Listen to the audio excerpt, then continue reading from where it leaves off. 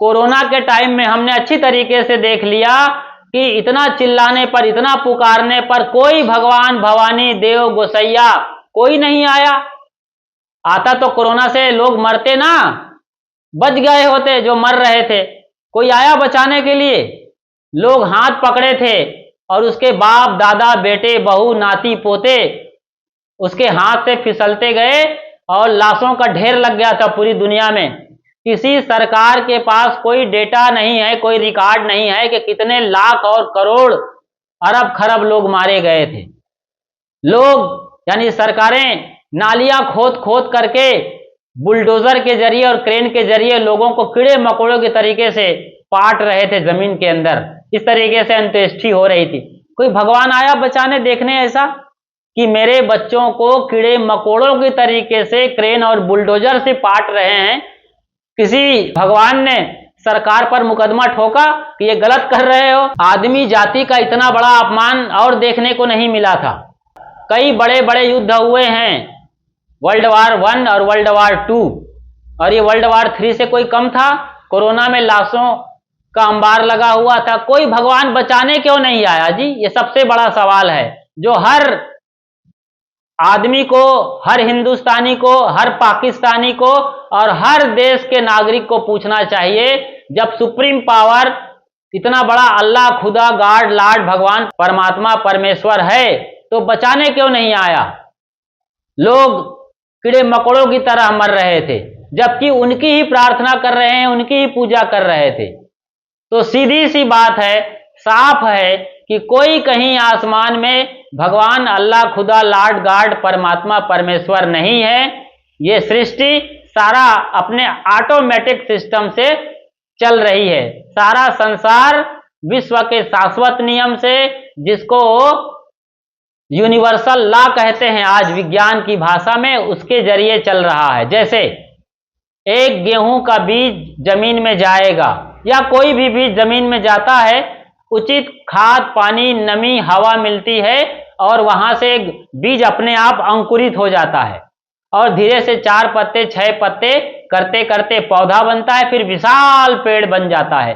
जैसे आपके भरूच में है कबीर बड़, कितना बड़ा बरगद का पेड़ बढ़ गया है। एक एक पेड़ को संभाला जाता है, एक पाइप लगा के, जो उसकी दाढ़ी निकलती है, जटा, उसको पाइप लगा करके जमीन के सहारे रख दिया जाता है और उसको पानी दिया जाता है, फिर वो एक बरगद का पेड़ बन जाता है। ऐसा विशाल बरगद का पेड़ है जिसको कबीर बड़ कहते हैं। आज से 600 बरस पहले कबीर साहब वहां पर आए थे, तत्वा जीवा ब्राह्मण बंधुओं ने उनकी सेवा किया था और आज वो कबीरपंथियों का ऐतिहासिक धार्मिक स्थल है, तीर्थ स्थल। आप खुशहाल जिंदगी टीवी यूट्यूब चैनल में कबीरपंथियों का तीर्थ स्थल कबीर बड़ सर्च करेंगे तो आप इसी चैनल में पूरा विवरण देख सकते हैं। पूरा डिटेल वहां पर दिखाया गया है और बताया गया है इतिहास के मद्देनजर। तो आदमी ये कल्पना करता है सृष्टि संचालन के लिए ईश्वर चाहिए, कर्म फल भोग देने के लिए भगवान चाहिए और मुक्ति देने के लिए भी कोई परमात्मा चाहिए।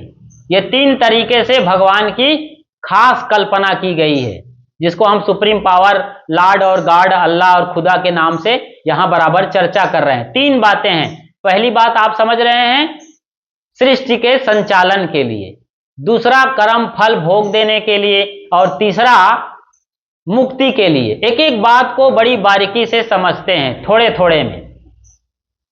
सृष्टि संचालन, जैसे कि मैं बताया, ऑटोमेटिक प्रक्रिया है। एक बीज जाएगा, उचित नमी, खाद, पानी, हवा मिलेगी, सूर्य का प्रकाश मिलेगा, अपने आप अंकुरित हो जाता है। कोई भगवान फोड़ के अंकुरित करता है? आप सोचो, जब गेहूं बोया जाता है हिंदुस्तान के अंदर, लाखों हेक्टेयर जमीन में, लाखों नहीं अरबों खरबों टन गेहूं बोया जाता है। अब एक एक गेहूं के दाने को परमात्मा को फोड़ फोड़ के पैदा करना पड़े तो वो तिहाड़ जेल पहुंच जाएगा, केजरीवाल के पास, पगला जाएगा, सिरफिरा हो जाएगा, दिमाग खत्म, पंचर। एक एक दाने को फोड़ेगा, इतना सारा दाना है, अरबों खरबों टन, पगला ही जाएगा वो भगवान। लेकिन विज्ञान आज ये सिद्ध कर दिया है कि नमी, पानी, खाद, अरे अपने आंखों से भी देखो ना, विज्ञान की ही क्या बात है। हम बीज लगाते हैं, जमीन में रोपते हैं। अपने घर में तो कोई भी मिर्चा टमाटर लगाता है, पिछवाड़े में जहां, या तो गमले में लगा रहे हैं, जहां भी खाली जगह है कहीं भी लगा रहा है आदमी, सबको मालूम है। इसमें कोई भगवान का क्या रोल है? और भगवान होता यदि सही रोल करता है भगवान, तो काहे को इतना बाढ़ पैदा कर देता है कि पूरा बिहार बह जाता है। बिहार बाढ़ के अंदर में, बाड़मेर राजस्थान में जहां पानी नहीं गिरता है, वहां बाड़मेर में भी अब बाढ़ आने लगी है। रेगिस्तान में भी इतनी धुआंधार बरसात हो रही है और लोग बह रहे हैं, बांध फूट जा रहा है। ऐसा बारिश करना चाहिए। अरे जहां फसल है, जहां दाने हैं, जहां जरूरत है खेती बाड़ी की, वहां पानी गिराओ। भगवान तो सुप्रीम पावर है, उसको दूरबीन की भी जरूरत नहीं है, कोई टेलीस्कोप की भी जरूरत नहीं है। वो तो ऐसे ही देख रहा है, सारा कुछ दिख रहा है, ऐसी मान्यता है। तो क्या अंधा है? बाढ़ में लोग बह रहे हैं, कारें बह रही हैं बच्चों के खिलौने जैसे, ताश के पत्ते जैसे घर बह रहे हैं, लोग कीड़े मकोड़ों के तरीके से बह रहे हैं, और वो तमाशा देख रहा है टुकुर टुकुर। ऐसा भगवान कभी माफ करने लायक है? या उसको सुप्रीम कोर्ट में हाजिर करना चाहिए, यूएनओ के पास घसीटो उसको। ऐसा कोई भगवान है जो इतनी उल्टी पुल्टी रणनीति के जरिए तबाही मचा रहा है? भगवान यदि होता तो सिस्टम से बरसात करता, सिस्टम से जो है संचालन करता। अभी बारिश हो रही है इस गर्मी में, जहां जरूरत नहीं है पानी की वहां। तो ऐसा कोई भगवान नहीं है सृष्टि क्रम को चलाने के लिए। यूनिवर्सल लॉ है, उसके जरिए से ये सृष्टि का संचालन चल रहा है। बाइबिल का नाम सुना है ईसाइयों का, ओल्ड टेस्टामेंट। वहां पर आज आप बाइबिल खोलिए, वहां पर लिखा है कि धरती का चक्कर सूरज लगाता है। बताइए, धरती का चक्कर सूरज लगाता है। आज आपके देश का, गांव का, घर का बच्चा बच्चा जानता है कि सूरज चक्कर नहीं लगा रहा, बल्कि धरती चक्कर लगा रही है। इसी चक्कर लगाने की वजह से दैनिक क्रिया और वार्षिक क्रिया, यानी दैनिक गति और वार्षिक गति से दिन रात होते हैं, और आपका कैलेंडर बदलता है। 365 दिन में एक चक्कर लगाती है धरती सूरज का। ये सबने आज खोजा है। और इसको जब खोजा गया था कोपरनिकस और गैलीलियो के द्वारा, तो इन दोनों के खोज को एक आदमी था, उसका नाम था जियोदार्नो ब्रूनो। यूरोप में वो इस बात का एडवर्टाइजमेंट कर रहा था, गांव गांव जाके बता रहा था कि सूरज चक्कर नहीं लगाता, बाइबिल में बात गलत लिखी हुई है, धरती चक्कर लगा रही है। गैलीलियो और कोपरनिकस ने ये खोज किया है। तो उस आदमी को गांव वालों ने पकड़कर खूंटे से बांधकर सरेआम चौराहे पर जिंदा जला दिया। ये है लोग, जिन बातों को नहीं जानते उसको आंख मूंद के मानते हैं, और जो प्रत्यक्ष प्रमाण है, साबित हो गया है, पूरी दुनिया मान रही है, ऐसे बातों की जब सच्चाई लोग बताते हैं तो उसको लोग सरेआम खूंटे से बांधकर जला देते हैं। सुकरात जैसे लोगों को जहर का प्याला दिया जाता है। ईसा मसीह जब सच बोलते हैं तो उसे सलीब पर टांग कर कांटों का सेज पहनाया जाता है और उन्हें कील से सलीब पर ठोक दिया जाता है। गांधी को गोली मार दिया जाता है, और फिर गांधी की, ईसा मसीह की, सुकरात की और जो बड़े लोग हुए हैं क्रांतिकारियों की, चौराहे पर मूर्ति बना करके ये निठल्ले लोग, जो कि बिल्कुल नालायक हैं, बिल्कुल जो है समझ बूझ से परे निकम्मे अज्ञानी लोग, उसकी पूजा करते रहते हैं। जब आदमी जिंदा है तो उसको बर्दाश्त नहीं किया जाता है जो सच बोल रहे हैं, क्योंकि अंध मान्यता है, अंध भक्ति चल रही है, और अंधविश्वास, अंधश्रद्धा में पड़ करके सच को देखना नहीं चाहते लोग। इसीलिए इस तरीके के मान्यताओं को बड़ी महिमा मिलती है। तो सृष्टि का संचालन भी ऑटोमेटिक सिस्टम से हो रहा है, जिसको यूनिवर्सल लॉ कहा जाता है। दूसरी बात है, जन्म और मृत्यु के लिए कहा जाता है कि भगवान ही मारता है और भगवान ही भेजता है। अरे भगवान क्यों मारेगा भाई? भगवान क्यों भेजेगा? उसको क्या फिक्र पड़ी है? कोरोना में जो लाखों लोग मर गए, तो कर्म फल भोग देने के लिए कहा जाता है भगवान की दूसरी जरूरत है। पहला है सृष्टि संचालन के लिए कोई सुप्रीम पावर, गॉड, अल्लाह, खुदा, लॉर्ड चाहिए, यानी भगवान। दूसरा है कर्म फल देने के लिए।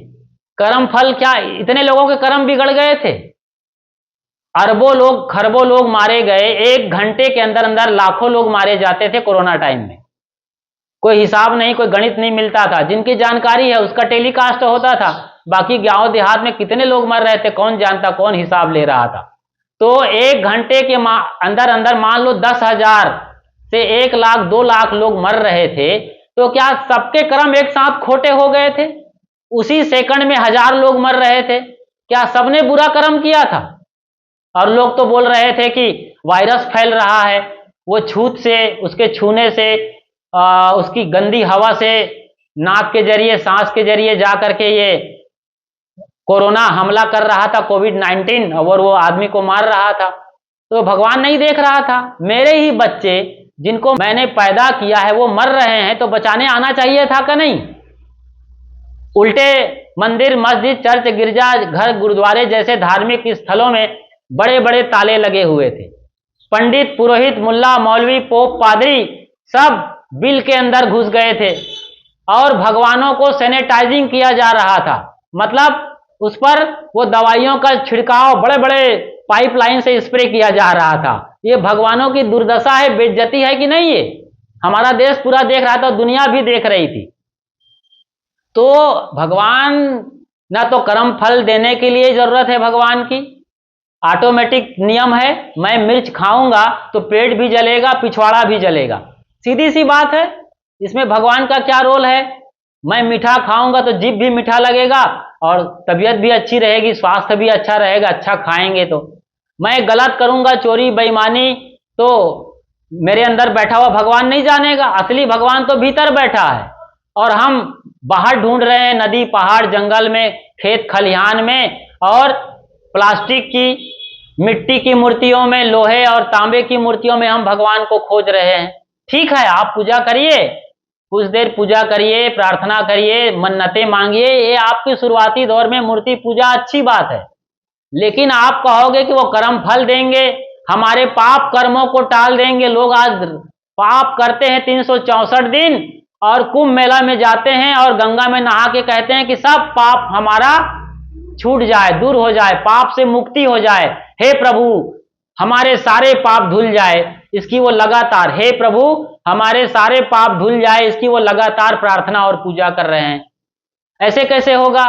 आप इतना पाप किए हो, चोरी बदमाशी किए हो, बेईमानी किए हो, लूट खसोट किए हो, और कितने का बलात्कार किए हो, अनाचार, भ्रष्टाचार, कदाचार, सारा पाप किए हो, राक्षस व्यवहार किए हो, और भगवान कैसे पाप काट देगा? बेईमानी किया रमेश का और लगान दे रहा, मतलब खेत जोता है रमेश का, लगान दे रहा है सुरेश को, तो भगवान खुश होगा आपका? ऐसा भगवान तो बेईमान है आपका। फिर ऐसा भगवान जो गंदे का मदद कर रहा है, गलत आदमी का मदद कर रहा है, ऐसा भगवान नहीं हो सकता है। भगवान कर्म फल सही देगा यदि होता तो, ऐसा कोई नहीं, ये ऑटोमेटिक सिस्टम है। तो मैंने बताया कि धरती के संचालन के लिए, सृष्टि के संचालन के लिए भी भगवान की जरूरत नहीं है।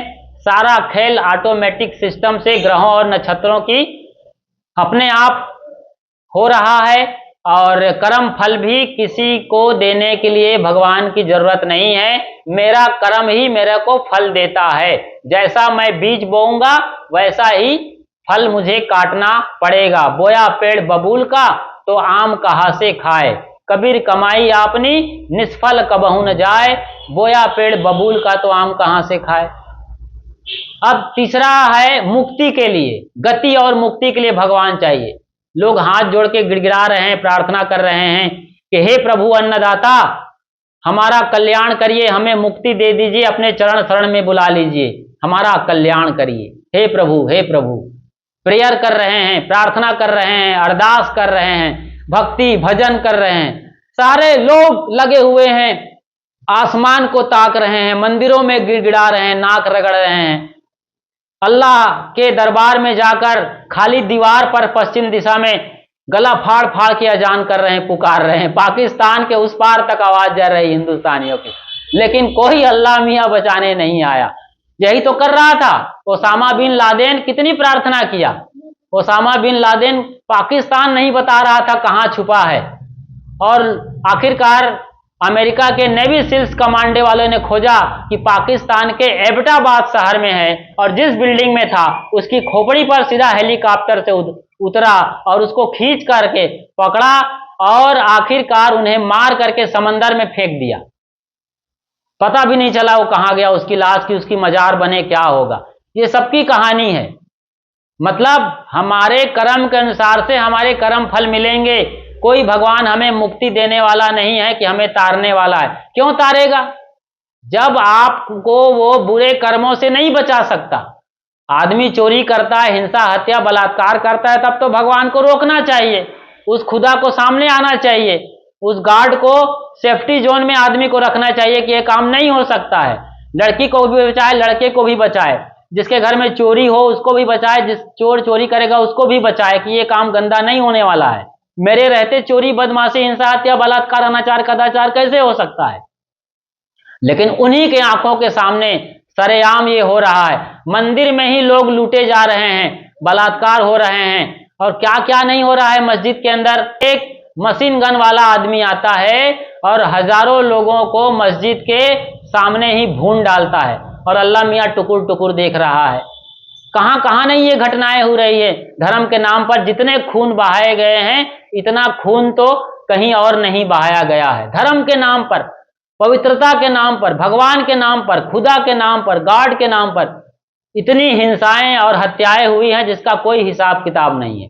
और भगवान तब भी नहीं आता है। इतना पुकारने पर आदमी असल में बहानेबाजी कर रहा है। हम सबको चाहिए कि हम अच्छा कर्म करें, अच्छा खाएं, अच्छा पिए, अच्छा जिए और अच्छा सोचें। मतलब अपने पूरे लाइफ स्टाइल को सुधारें, अपने कर्मों को सुधारें। अपने कर्मों को सुधारना पड़ेगा, सही करना पड़ेगा, तभी उसका परिणाम सही आएगा। कोई भगवान इस तरीके से नहीं आता, और नहीं किसी पहाड़ में, पहाड़ की चोटी में, तीर्थ स्थान में, किसी गुफा में, किसी पवित्र भूमि में, यानी इस तरीके के माने गए पवित्र तीर्थ स्थलों में, गंगा जमुना जैसे नदियों में, और कैलाश जैसे पर्वतों में, और बाकी मंदिर मस्जिद चर्च गुरुद्वारों में सिर्फ आपकी जो मान्य इष्ट भगवान है, भवानी है, देव गोसैया है, अल्लाह खुदा है, लॉर्ड गॉड है, उनकी प्रतिमा मात्र है। उनकी धातुओं की, मिट्टी की, प्लास्टिक की या अन्य पदार्थों की प्रतिमा मात्र है। उसमें कोई शक्ति नहीं है। आपने देखा अभी 22 जनवरी को रामलला की प्राण प्रतिष्ठा हुई, तो क्या वो धनुष बाण लेकर अयोध्या के गलियों में आ गए खेलने कूदने के लिए? या फिर सरयू नदी में डुबकी मार रहा है रामलला, लोग उसे उठा के अपने कंधे पे ले रहे हैं। अजीब अजीब बातें हैं। चंपत राय ने घोषणा किया था रामलला के प्राण प्रतिष्ठा के बाद कि इतना भीड़ मत लगाइए, लाखों लोग आ रहे थे, दिन भर में 10 लाख लोग आते थे। तो उन्होंने एक घोषणा जारी किया था, सूचना, रामलला के पास इतनी भीड़ मत लगाओ, लाखों लोगों की तादाद में, उनको भी सोना है, आराम करना है। जो आदमी जागता ही नहीं वो सोएगा क्या? वो मूर्ति मात्र है। राम कभी हुए होंगे तो उनके आदर्शों से हमें सीखना चाहिए देश को। ऐसे ही हर मत मजहब और परंपरा के लोगों को चाहिए कि अपने इष्ट भगवान के जीवन दर्शन से सीखे। जैसे मोहम्मद साहब भेड़ बकरियों को चराते थे, प्रेम करते थे, और लोग उनके ही नाम पर आज भेड़ बकरियों को काट काट के खा रहे हैं, गोश्त बेच रहे हैं, गोश्त खा रहे हैं, हिंदू भी खा रहे हैं। अपने देव गोसैया के नाम पर 2 बूंद चढ़ा देते हैं, बाकी सारे बकरे, मुर्गे, मछली, भेड़ और ऊंट को खून सहित सारा कुछ गटक जाते हैं लोग। ऐसे लोग हैं और कहते हैं हम भगवान के भक्त हैं। क्या खाक भगवान के भक्त हो? उनके बच्चे को तो कच्चे चबा रहे हो, खून के साथ निगल रहे हो। कैसे इतने खूंखार लोग हो? शेर भी ऐसा काम नहीं करता, चीता और बाकी खूंखार जानवर भी ऐसे गंदे हरकत नहीं करते हैं। वो भूख लगने पर ही मार कर खाते हैं, बाकी टाइम में कोई मतलब नहीं है। हिरण भी आराम से उसके पास से निकल जाएगा, मतलब शाकाहारी खरगोश भी निकल जाएगा, शेर कुछ भी नहीं करने वाला है। लेकिन ये जो अपने आप को सिर मुकुट प्राणी कहता है, बुद्धिशाली प्राणी कहता है, ये मानव निरीह और मूक प्राणियों को रात दिन मार मार के खा रहा है। सी फूड, समुद्र से निकलने वाली लाखों टन मछलियों को मसाला में डाल डालकर भून भून कर खा रहा है। बड़ा व्यापार चल रहा है।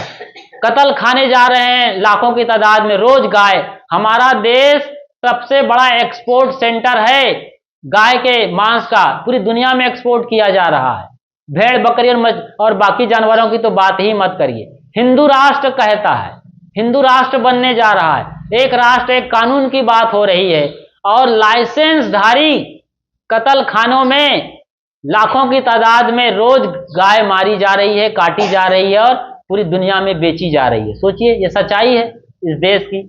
आप इंडियन गवर्नमेंट से ये बातें पूछ सकते हैं। मतलब RTI, राइट टू इंफॉर्मेशन, हाँ, RTI के तहत आप इंडियन गवर्नमेंट से इसका पूरा डेटा निकलवा सकते हैं और जो भी जानना चाहते हैं वो सारी बातें जान सकते हैं।